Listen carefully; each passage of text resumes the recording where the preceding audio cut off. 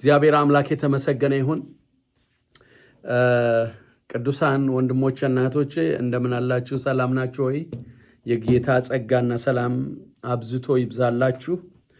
ወንድማችሁ ጆሹዋ ነኝ። ዛሬ እግዚአብሔርን ቃል እንካፈላለን። በጣም እጅግ አስፈላጊ ነው።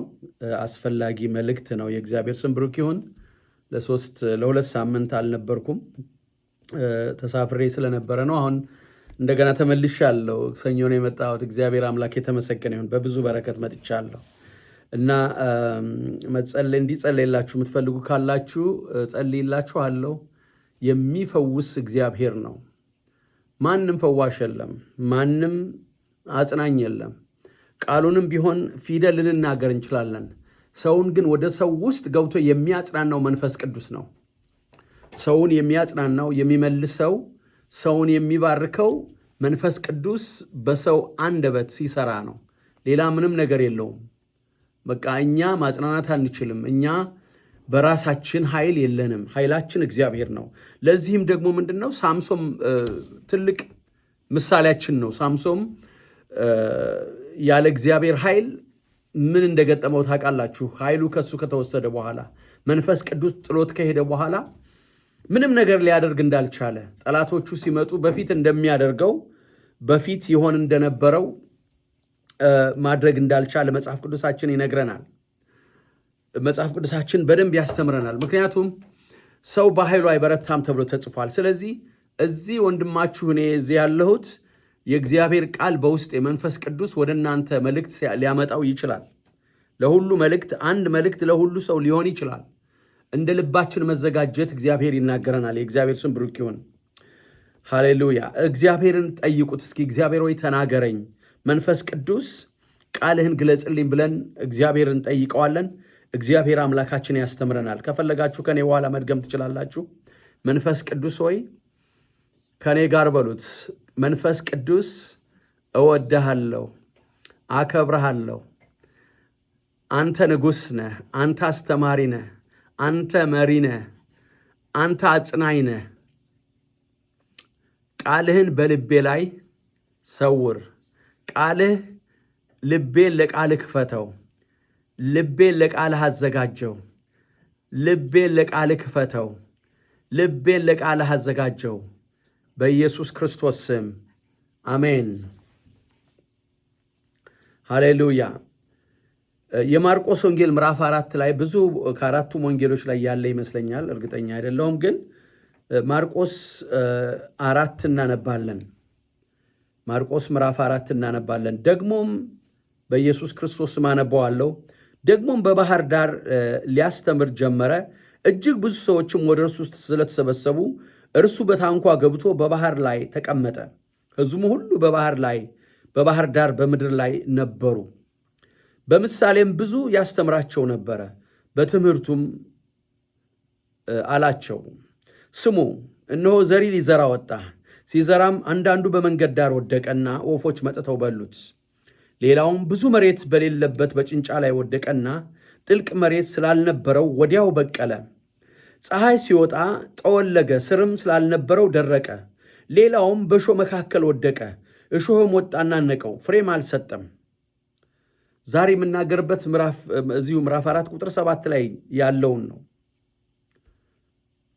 ቁጥር 7 ላይ ያለውን ነው፣ ግን ሌላውንም አብረን እናነበዋለን። 8 ላይ ሌላውም በመልካም መሬት ላይ ወደቀና ወጥቶ አድጎ ፍሬ ሰጠ። አንዱ 60፣ አንዱም 30፣ አንዱም 100 አፈራ። ከዛ ጌታ ኢየሱስ ምን አለ? የሚሰማ ጆሮ ያለው ይስማ ይላል። ዛሬም ቢሆን ወገኖቼ ጆሮ ያስፈልገናል፣ እንድንሰማ ያስፈልገናል። የሰጠሁት ርዕስ ምንድነው? ያነቀህ ወይም ምን ያዘ? ፍሬ እንዳታፈራ የከለከለህ ምንድን ነው? ፍሬ እንዳታፈራ የከለከለህ ምንድን ነው? ወገኖቼ የህይወታችን ትልቁ ነገር መንፈሳዊ ህይወታችን ነው።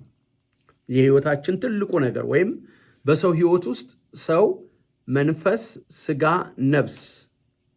ሰው በሰው ሶስት ነገር ማለት መንፈስ አለ፣ ነፍስ አለ፣ ስጋ አለ።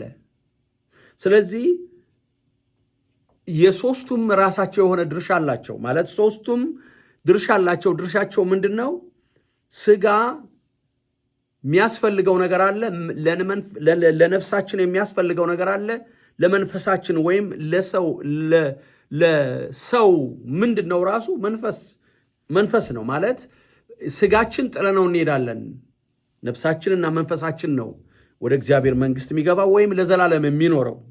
መንግስት ሰማይ መግባት ብቻ አይደለም፣ ምርጫ አሁን ያስፈልገናል። ምርጫችን እንድናስተካክል ነው ዛሬ እግዚአብሔር ቃል ወደ እኔ የመጣው። ስለዚህ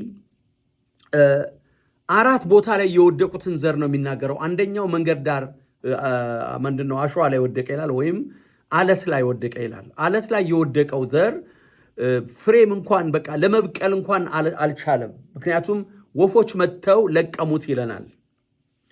በመንገድ ዳር የወደቀውም እንደዚሁ ማለት በመንገድ ዳር የወደቀውን ወፎች መጥተው ወዲያው ለቀሙት ይላል።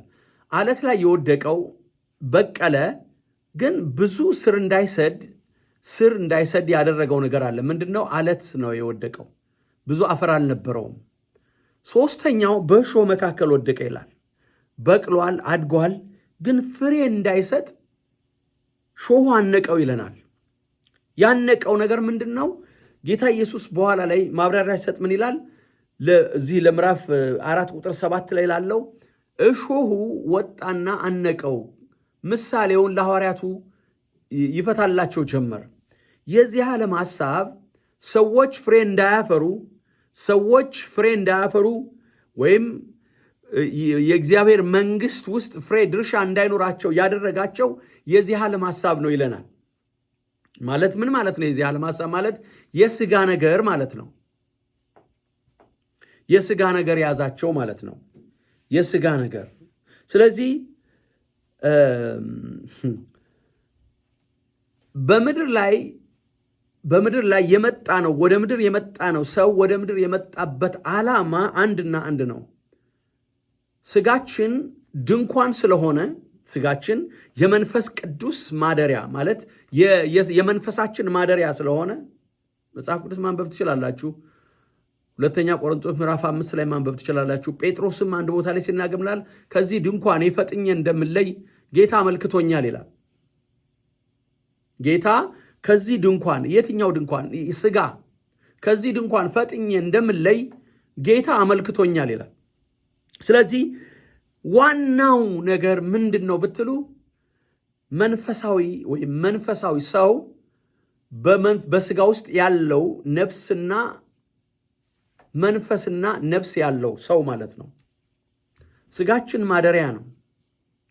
ስጋ ድንኳን ነው። ድንኳን ነው። እየሰማችሁ ነው? ድንኳን ነው። ዋናው መንፈሳችን ነው። ስጋ ምድር ነው የሚቀረው። ስጋ አፈር ነው የሚሆነው። አፈር ነህና ወደ አፈር ትመለሳለህ ሲለው መንፈሳችን አይደለም። ያለዛማ ሲኦልና መንግስተ ሰማያት አለ ብሎ አይናገርም ነበር እግዚአብሔር። ፕሊስ ልብ ብላችሁ ሰሙኛላችሁ። ስጋ በምድር ላይ ከ100 ዓመት ላይ ያልፍ ይችላል። 100 ዓመት 120 ዓመት ከበዛ 150 ዓመት እንኳን የምንሰጠው ከሚመጣው ዓለም ጋር ከምንኖረው ጋር እንኳን ሲወዳደር ምንም እንዳይደለ እንመለከታለን።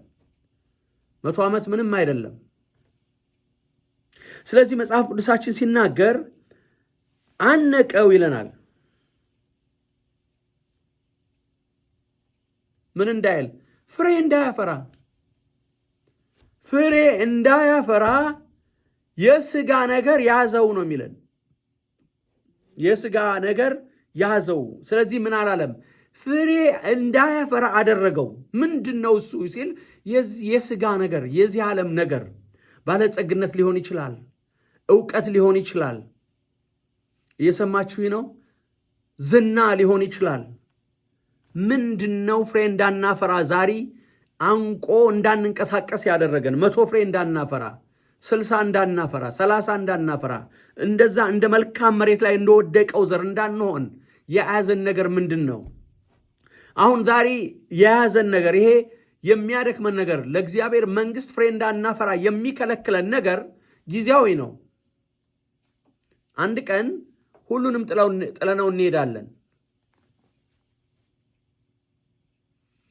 ምክንያቱም የፈለገውን ያህል ትሪሊየን ቢኖረን መንፈስ ቅዱስ ዛሬ ያብራላችሁ። የፈለገውን ሀብት ቢኖረን በዓለም እንደኛ ያለ ሰው ባይኖር ሰው ሁሉ በቃ ስማችን ቢጠራው በምድር ላይ ብንጻፍ ስማችን በምድር ላይ ቢጻፍ ታሪክ ነው እንደሱ አይነት ሀብታም የለም ብንባል መጽሐፍ ቅዱስ ሲነግረን ፍሬ እንዳያፈራ አነቀው። ምን? የዚህ ዓለም ነገር፣ የሥጋ ነገር።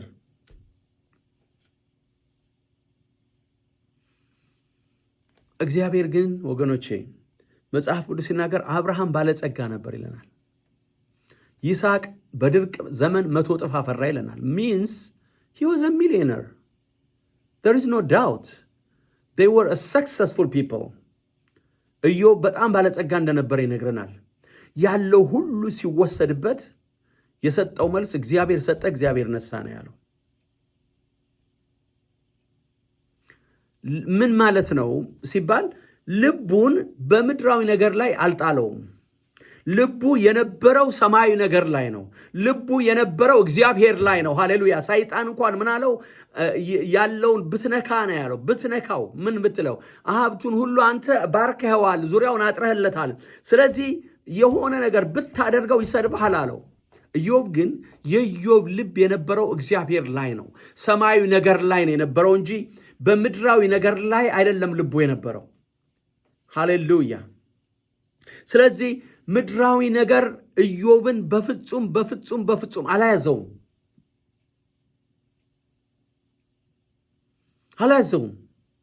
እንመለከታለን። ዳዊትን ንግስና አላዘውም። እስራኤልን በሙሉ የሚገዛ ንጉስ ነው። እስራኤልን ከዳን እስከ ቤርሳቤ፣ ከጫፍ ከደቡብ እስከ ሰሜን፣ ከምስራቅ እስከ ምዕራብ እስራኤልን የሰማርያን ይሁን የይሁዳ እየገዛ የነበረ 12ቱን ነገድ የሚገዛ ንጉስ ነበረ። ግን እግዚአብሔር ሲመሰክርለት ምን አለው? እንደ ልቤ የሆነ ዳዊት ነው የሚለው። a man after God's heart.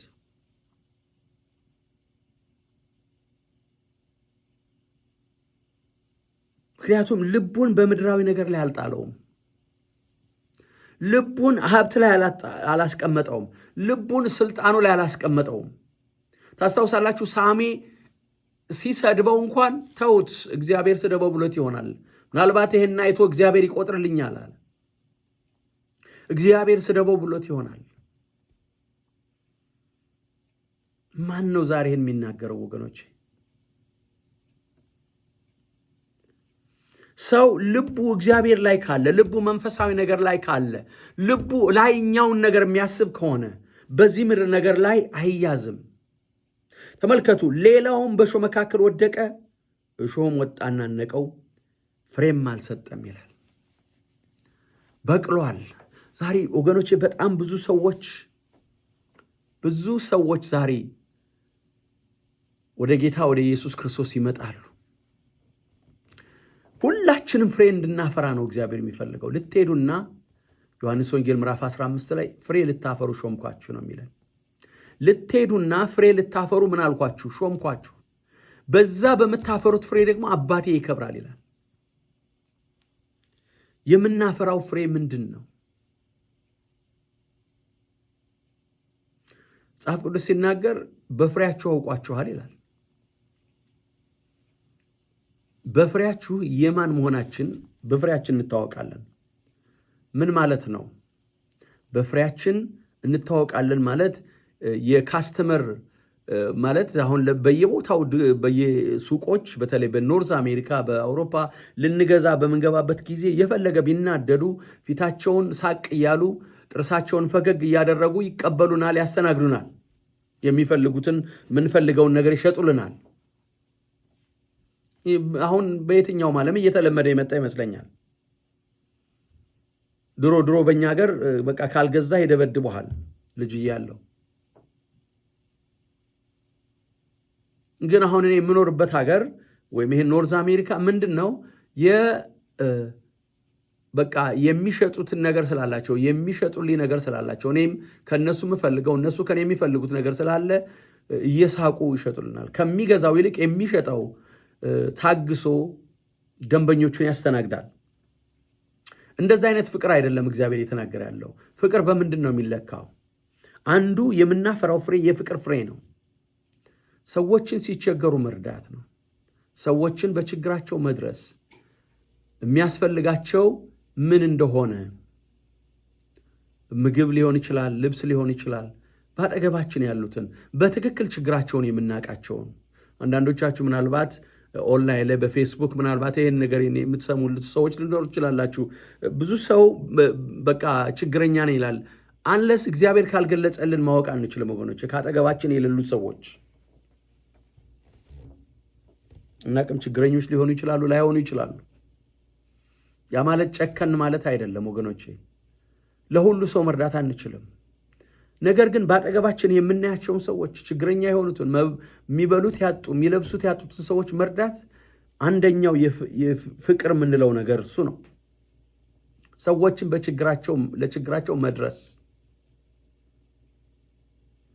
ሌላው ዋናው ግን መጽሐፍ ቅዱስ የተጻፈው ጌታ ኢየሱስ የተናገረው በፍሬያቸው ያውቋቸዋል ሲል ጌታ ኢየሱስ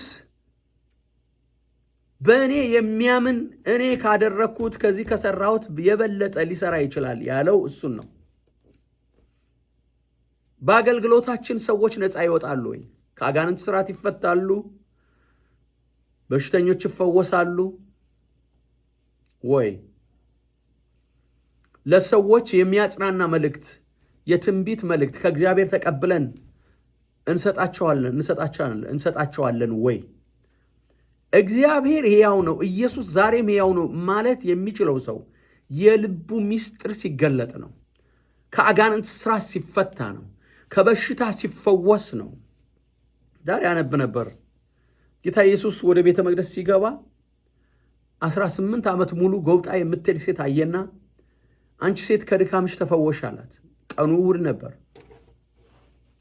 ሃይማኖተኞች ፈሪሳውያን እጅግ ተናደዱ ይላል። እጅግ ተናደዱ። ምንድን ነው ያናደዳቸው? እንዴት በሰንበት ቀን ትፈውሳለህ ብለው ነው የተናደዱት። ሰንበትን ለምን አታከብርም ብለው ነው የተናደዱት። እነሱ ከፈጠራቸው ከኢየሱስ በልጠው ማለት ነው። በዛ በቤተ መቅደስ ጎብጣ ስትመላለስ 18 ዓመት ሙሉ በፍጹም ግድ አልነበራቸውም። እግዚአብሔር ዛሬ አይኖቻችሁን ያብራ።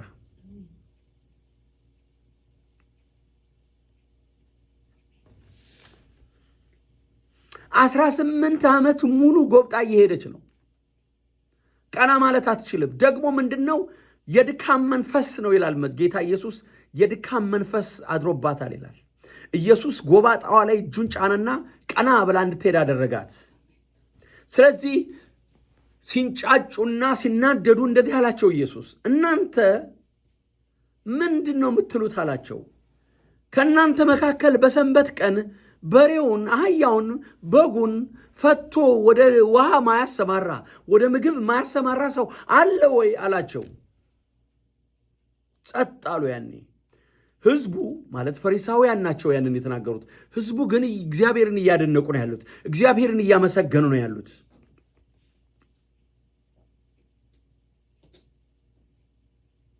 ከዛ ጌታ ኢየሱስ እቺ የአብርሃም ልጅ ነች። ሃሌሉያ። what does that mean? ኪዳን አላት እያላቸው ነው። ኪዳን አላት፣ ስለዚህ እፈውሳታለሁ አለና ተፈወሰች። ከዛ በኋላ ሀፍረት ያዛቸው። ምክንያቱም ልክ ነው እኮ በጎችን እኮ እያሰማሩ ነው። እየሰማችሁ ነው። ከብቶችን እኮ ፈተው እያሰማሯቸው ነው በሰንበት ቀን። ጌታ ኢየሱስ ደግሞ ገንዘቦቹ ነን እኛ። ንብረቱ ሰው ነው። የእግዚአብሔር ስም ብሩክ ይሁን። እንስሳ አይደለም የኢየሱስ ንብረት። የኢየሱስ ንብረት፣ የኢየሱስ ገንዘቦች ነን እኛ። መጽሐፍ ቅዱስ ይነግረናል። የምሰራባቸው ገንዘቦች ይሆናሉ ነው የሚለው። እግዚአብሔርን የሚፈሩ እርስ በርሳቸው ሚክያስ ላይ እግዚአብሔርን የሚፈሩ እርስ በርሳቸው ተነጋገሩ ይላል። እግዚአብሔርም ሰማ አደመጠ። እኔ በምሰራበት ቀን ገንዘቦች ይሆናሉ ይላል። የእግዚአብሔር ገንዘቦች ነን። ጌታ ኢየሱስ ወደ ምድር ሲመጣ ፍሬ እንድናፈራ ነው የፈለገው። ያለ ፍሬ እንድንሆን ፈጽሞ አይፈልግም። እዚህ ላይ የሚናገረው በፍጹም ነግራችኋለሁ፣ ስለ እርሻ አይደለም። ስለ እርሻ አይደለም። እሾህ የሚለው የዓለም ነገር፣ የዚህ ዓለም ምኞት፣ የባለጸግነት ምኞት፣ የትዕቢት ምኞት ዘራችን እንዳይነካ፣ ስማችን እንዳይነካ የምንጠነቀቅለት ነው። ለስጋችን ብዙ ቦታ የምንሰጠው ማለት ነው። ለስጋችን ብዙ ቦታ እንሰጣለን ማለት ነው። ስለዚህ ጌታ ኢየሱስ እኛ ምን አይነት ፍሬ እንድናፈራ ነው የሚፈልገው? እነዚህ 3 ነገሮች በእኛ ህይወት ውስጥ እንዲገለጡ ይፈልጋል። ሰዎች ነፃ እንዲወጡ ይፈልጋል። ሰዎች የእግዚአብሔርን ሐሳብ፣ ችግራቸው የት እንዳለ እንዲያውቁት ይፈልጋል። ስናገለግለው ጌታ ኢየሱስ ወደ ዮሐንስ ወንጌል ምዕራፍ 4 ላይ ሲመጣ እዛች ሰማራዊት ሴት አመንዝራ ሴት ጋር ሲነጋገር እሷም እሱም እየተነጋገሩ ነበር። ኢየሱስ አንድ ይላታል፣ እሷ አንድ ትላለች፣ ምናልባት 2 ልትናገር ትችላለች። በጣም በቃ ረዘም ላለ ጊዜ ከጌታ ጋር መመላለስ ጀመረች። እኛ ከእናንተ ጋር ምንም ግንኙነት የለንም፣ ስለ ሃይማኖት በቃ መከራከር ጀመሩ። ግን አንድ ነገር አደረገ ኢየሱስ። ያን ክርክር ማቆም ነበረበት። ስሙ ብሩክ ይሁን። በአንተ ህይወት፣ በእኔ ህይወት እንዲህ እንዲሆን ነው እግዚአብሔር የሚፈልገው።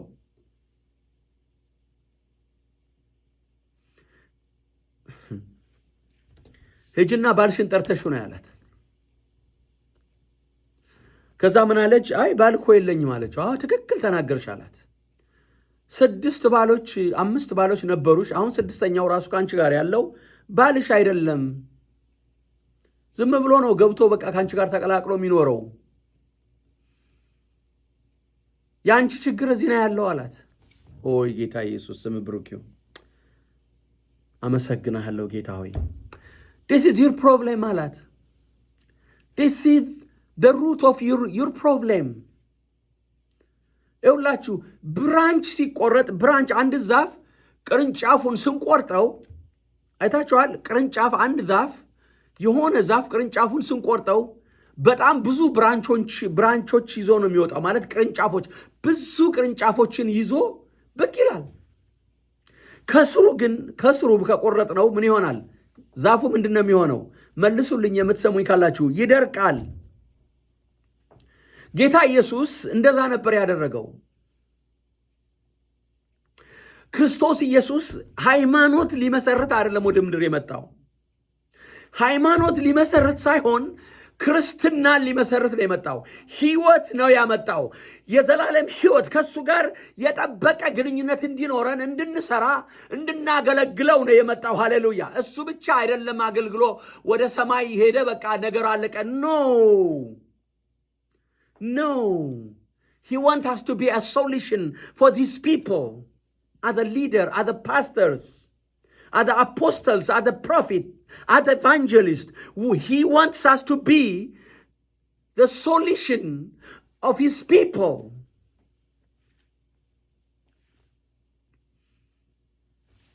As the believers, በስራ ቦታችን ልፈውስ እንድንሆን አይታችኋል። ያቺ ተማርካ የሄደች አይሁዳዊት በንዕማን ቤት የምትሰራው ምርኮኛ ከኔ ሀገር እኮ መድኃኒት አለ ብላ ነገረቻት ለመቤቷ። ምናልባት ሰውየው ትልቅ ስለሆነ ላታገኘው ትችላለች። ሚስትየው ሄደችና ኧረ በእስራኤል ፈውስ አለ፣ የሚፈውስ ነብይ አለ አለችው። ንዕማን፣ ስለ ንዕማን የምንነጋገረው ወገኖቼ ከዛች ብላቴና የተነሳ ነው። ወንጌላችን ዝም ብሎ የሚነገር ሳይሆን ኃይልና ግሎሪ፣ ክብር ያለበት ወንጌል ነው። ኢየሱስ እኔ ከሰራሁት በላይ ትሰራላችሁ ሲል መንፈስ ቅዱስ በእኛ ውስጥ ነው ስለሚናገር፣ መንፈስ ቅዱስ በእኛ ውስጥ ነው ስለሚፈውስ፣ መንፈስ ቅዱስ በእኛ ውስጥ ነው ኦፕሬት ስለሚያደርግ ነው። አይታችኋል። ችግሩ የት እንዳለ ካላወቅን ሰዎች እንዴት አድርገው ይፈወሳሉ? የችግራችን ምንጭ የሚደርቀው የት እንደሆነ ችግሩ ሲታወቅ ብቻ ነው። አንድ ቀን ነግሬያቸዋለሁ። ለአንዲት እህት እየጸለይኩ የጠየቀችኝ ጥያቄና ምንድነው ያለችኝ? ባሌ ከጠፋ 3 ወር ነው አለችኝ። ችግሩ የነበረው የት ነው? እሷ ጋር ነው። እደግመዋለሁ፣ ችግሩ የነበረው የት ነው? እሷ ጋር ነው። ስለዚህ እሷ መጀመሪያ መጸለይ እንዳለበት መንፈስ ቅዱስ ወደ ልብ ያመጣ። መጀመሪያ ላንቺ ነው የምጸልይልሽ አልኳት። ለእሷ ከተጸለየ በኋላ አጋንንት ከእሷ ከወጣ በኋላ ባሏ መጣ፣ ተመለሰ፣ ወደ ቤት ገባ።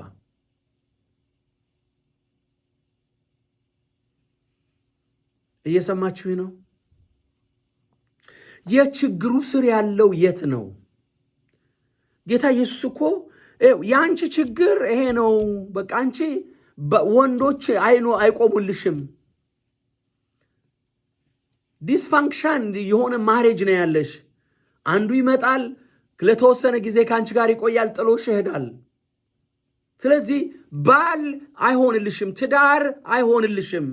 ስለዚህ የምትሸማቀቂው ከፖፕሊክ ጋር ጆይን ማድረግ የማትችበት ምክንያቱ ይሄ ነው አላት። ከዛ በኋላ ያለውን ነገር ማለት እንስራዋን ጥላ ይላል መጽሐፍ ቅዱስ ወደ ከተማ ገባች። ምን እያለች? ገመናዬን የነገረኝን ሰው ነብይ ነው አለቻቸው። ሃሌሉያ! ለዛ ከተማ ወንጌል መድረስ ጀመረ። ዛሬ እኛ ወገኖቼ 2-3 ሰው ይዘን የምንቀመጠው 100 ሰው ይዘን የምንቀመጠው 50 ሰው 200 300 ሰው ይዘን የምንቀመጠው እንደ ሃይማኖት የምንመላለሰው የክብር ጌታ ኢየሱስ በሽተኞችን ሊፈውስ ይፈልጋል። ድውያንን ሊፈውስ ይፈልጋል። አጋንንትን ከልጆቹ ላይ መንቀል ይፈልጋል። ግን የሚጠቀመው ማንን ነው? አንተን፣ እኔን፣ አንቺን ነው። ፍሬ ማፍራት ማለት ይሄ ነው ወገኖቼ። በፍሬ አባቴ ይከብራል ነው የሚለው። አንድ ሰው ሲፈወስ ምንድን ነው የሚለው? ኢየሱስ አመሰግንሃለሁ ይላል። ሃሌሉያ ሃሌሉያ፣ ክብር ለእግዚአብሔር ይሁን። ስለዚህ በእሾህ መካከል ማለት በምድራዊ ያለው ነገር በሙሉ ቢኖረን አንድ ቀን ጥለነው እንሄዳለን። ኤልሳ ያለውን ሁሉ አርዶ ተከተለው ነው የሚለን። ማለት ያለውን ሁሉ ጥሎ የሚያርሳቸው 2 በሬዎች አርዶ ሁለተኛ እንዳይመለስ ጨክኖ ጌታን ኢየሱስን መከተል ጀመረ። ለምን? መፍትሄ ያለው ከኢየሱስ ጋር ነው። ዛሬ ነግራችኋለሁ ወንድሞቼና እህቶቼ፣ በምድር ላይ ስምህ ቢገን ዓለም ሁሉ ቢያቅህ በሄድክበት ሁሉ ሰው ፈርምልኝ ቢልሽ ምን ጥቅም አለው? ግን በመንግሥተ ሰማይ ስማችን ቢጻፍና ለእግዚአብሔር መንግሥት ወንጌል ብንኖር እግዚአብሔር በእኛ ፍሬ ቢያፈራ ሰዎች በእኛ ነፃ ቢወጡ፣ ሰዎች በእኛ ቢፈወሱ፣ ሰዎች በእኛ ቢያርፉ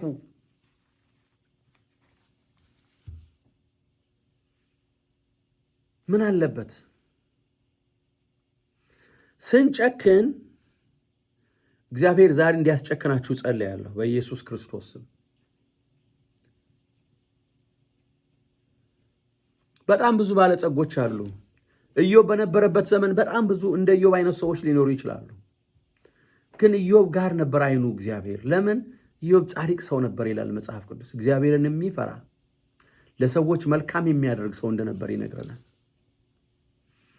ዛሬ በቃ ክብራችን ነው። በቃ ክብራችን ከሁሉ ይብስብናል። በቃ ክብራችን ከእግዚአብሔር ክብር ይበልጣል። የኛ ነገር ከመንፈሳዊ ማለት የሥጋ ነገራችን በተለይ እኛ አበሾች በቃ የኛ የሆነ ነገር በቃ ወገኖች ክብራችን ኢየሱስ ነው። ሌላ ክብር የለንም። ጌታ ምን አለ? የሚያከብሩኝን አከብራለሁ አለ። የሚያከብሩኝን አከብራለሁ። ፔሬድ። ምርጫችን ዛሬ ፍሬ ለማፍራት ነው? 60 100 30 ለማፍራት ወይስ ልክ እንደዚህ በእሾህ ታንቆ እንደቀረው? የሚያሳዝነው እኮ በቅሏል። የሚያሳዝነው እኮ ብዙ ቅዱሳን በእግዚአብሔር ቤት እየኖሩ ነገር ግን ፍሬ አለማፍራት በጣም አሳዛኝ ነው። በጣም አሳዛኝ ነው።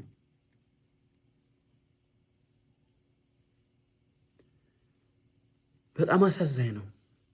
አንድ ጊዜ ጌታ ኢየሱስ እዚሁ ሉቃስ ወንጌል ላይ አለ። አንዲት ሴት አንድ ልጅ ብቻ ነው ያላት።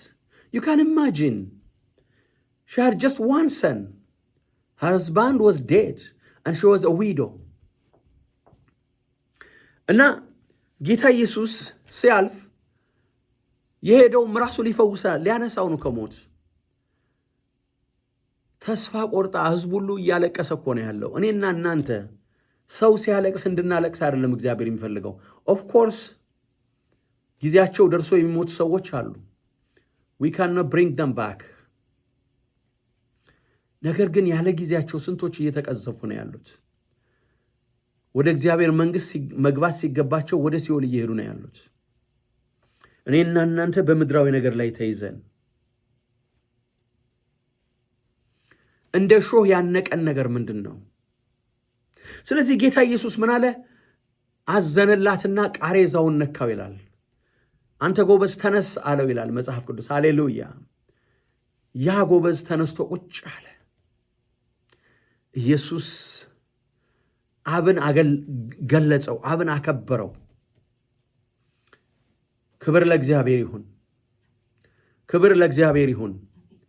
ክብር ለአምላካችን ይሁን። ኢየሱስ ከበረ።